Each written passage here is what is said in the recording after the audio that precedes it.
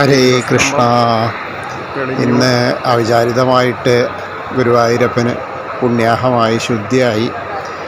ഉച്ച കഴിഞ്ഞപ്പോൾ തന്നെ വൈകുന്നേരം നട തുറക്കുമ്പോഴേക്കും അതിൻ്റെ ബുദ്ധിമുട്ടുകളായി.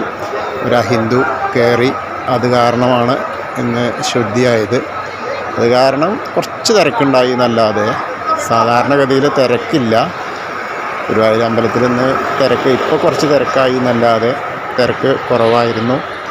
ഇപ്പോൾ ദീപസ്തംഭം തെളിഞ്ഞു. ശുദ്ധിക്ക് ശേഷം ദീപസ്തംഭം തെളിയുന്ന സമയമാണ്. അപ്പോൾ ആ ദീപസ്തംഭം ഞാൻ നിങ്ങളിലേക്ക് എത്തിക്കുകയാണ്. ഭഗവാന്റെ ശുദ്ധിയും ഒക്കെ മാറി പുണ്യാഹമൊക്കെ ആയപ്പോൾ അതിനുശേഷം ഉള്ള ദീപസ്തംഭമാണ്.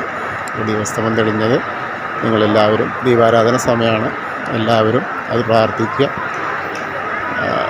എല്ലാവർക്കും ഗുരുവായൂരപ്പൻ്റെ അനുഗ്രഹം ഉണ്ടാവട്ടെ. ഹരേ കൃഷ്ണ.